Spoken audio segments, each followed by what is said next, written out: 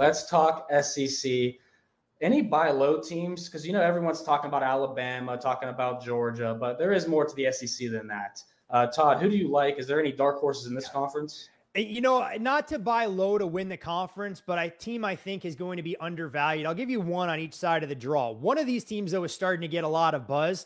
And as you guys know all too well, it's always disconcerting 3 weeks before the season when everybody is starting to clamor about the same program. And that would be what Shane Beamer is building in lovely Columbia, South Carolina. I mean, the reports of Spencer Rattler, he's spitting the ball better than we've ever seen. Maybe it was a wake-up call for him getting benched at his final season in Oklahoma for Caleb Williams. I mean, this was a guy that a lot of us had talked about and thought was going to be a bona fide first-round draft pick.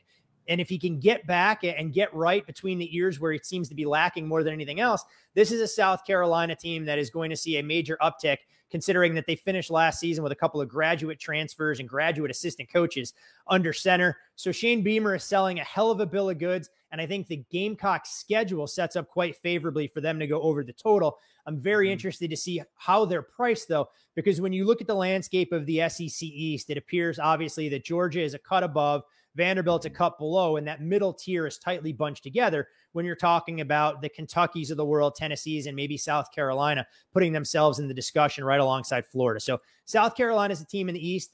And then in the West, I'm going to make a case for Mississippi State. And when you look at Mississippi State's schedule top to bottom, I want no part of their win total. I mean, they play a 5-week stretch that's about as grueling as any team in college football will play this season, with Texas A&M, Arkansas, at Kentucky, at Alabama, Auburn, and Georgia. But this is a team by default that if they don't win a ton of games, I think they can be point spread darlings. And Will Rogers was ultra efficient last year. Yes, he's going to have to rely on some fresh faces in the receiving core. But I think Mississippi State is a team that nobody is really talking about, given that all the buzz is about Alabama, Texas A&M, Ole Miss, which is essentially transfer you in the SEC to what Lincoln Riley is doing with USC. But I think Mississippi State's a team that's going to exceed odds makers' expectations more often than not on a week-in, week-out basis.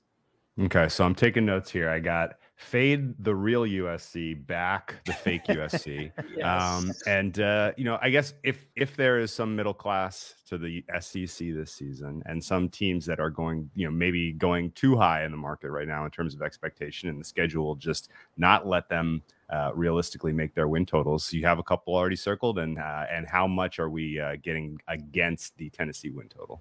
Yeah, you know what? The Tennessee win total, I actually think is relatively fair. I think the defense has some concerns, but I'm a big Hendon Hooker guy. And I think this is a Tennessee team that if they can go out there and play at that high level and execute offensively, going to be a thorn in the side of one of the big boys that's there. But I'll take a team in the East that I think is overvalued, mainly because their starting quarterback is drawing all sorts of headlines this offseason. Will Levis was in the news for his desire to mix mayonnaise in his coffee. So hopefully none of you guys have adopted that practice, at least going forward. But Levis, when you look at some of the mock drafts for the 2023 NFL draft, being talked about as a top 10 prospect. Yeah. Now, look, I don't evaluate a ton of talent. No one is coming to me trying to figure out where they should draft a FCS offensive lineman and how he projects to the next level. But I watched enough Kentucky football last year and saw the decision-making from Will Levis that I'm a little bit skeptical of him being that guy. Granted, he's got the measurables, he's got the physical attributes, he's the prototypical alpha male under center, but you're talking about a team that's going to have a little bit of an adjustment and change in offensive philosophy, in my opinion, with Liam Cohn returning to the Los Angeles Rams, their offensive coordinator. You do bring in a former NFL guy and Rich Scanganello, as I butcher his name, from the 49ers. So I think it mitigates some of that transition. But this is a Kentucky team that a lot of people are extremely bullish on. And so much of the discussion has been about a defense that, quite frankly, guys, I think is overrated. I don't think they're as able to replace some of the top tier talent that they've lost in recent weeks. And while Coach Stoops has done more in Lexington than I thought was possible for what traditionally is a college basketball program first in terms of getting an infusion of cash and capital to build up the facilities, I think Kentucky's a team that's going to be overvalued given their soft non-conference schedule. It's a team that I took a crumb under their win total when it was as high as 8.5.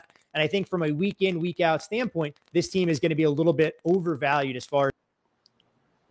I like that take. That take makes a lot of sense to me. Vaughn, did you take any positions against these teams in the SEC? I actually like the fade on Kentucky a lot. They lost Wandale Robinson last year, which was like Mr. Do-It-All on offense for them. and that's the reason why I think Levis looked as good as he was at some points. I'm not buying into him at all. For the Tennessee, South Carolina, I'm actually all in on South Carolina. Like, if you can get the 6 wins, I really advise doing that. That's one the team is looking hard on. Even their backup quarterback. I actually watched this kid in high school, Braden Davis. He's got to learn under Spencer Rattler. When he takes over, they're going to be a really good team. So, I love the South Carolina look. I love the fade on Kentucky.